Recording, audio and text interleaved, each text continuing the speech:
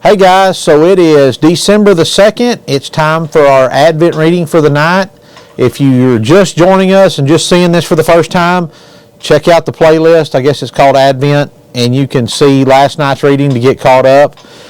Tonight we're going to flip over into the Old Testament, so that's the front half of your Bible. We're going to be reading from the book of Isaiah, written by the prophet Isaiah. We're going to be in chapter 9, and we're going to read verses 2 through 7.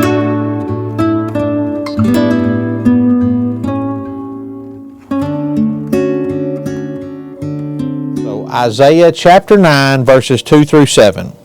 And it says, "The people who walked in darkness have seen a great light. Those who dwelt in the land of the shadow of death, upon them a light has shined. You have multiplied the nation and increased its joy. They rejoice before you according to the joy of harvest, as men rejoice when they divide the spoil.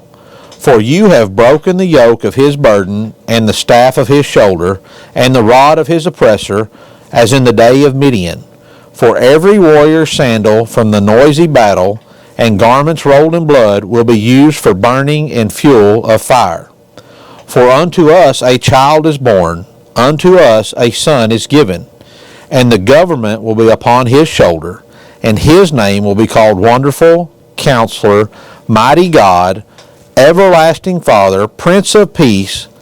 Of the increase of his government and peace there will be no end, upon the throne of David and over his kingdom, to order it and establish it with judgment and justice, from that time forward, even forever. The zeal of the Lord of hosts will perform this." So what all does that mean?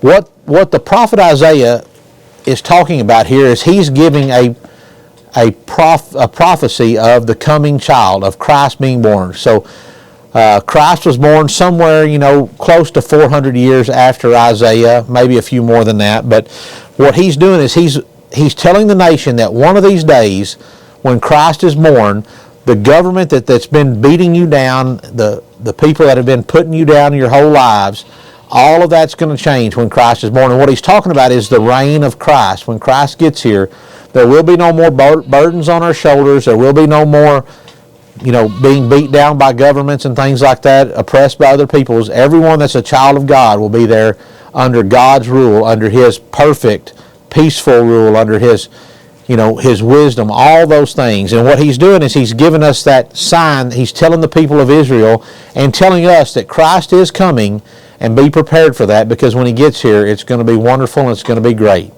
Guys, I hope you've got your heart opened up, ready for Christ to fill it over the next few weeks as we continue to go through Advent and prepare ourselves for his coming.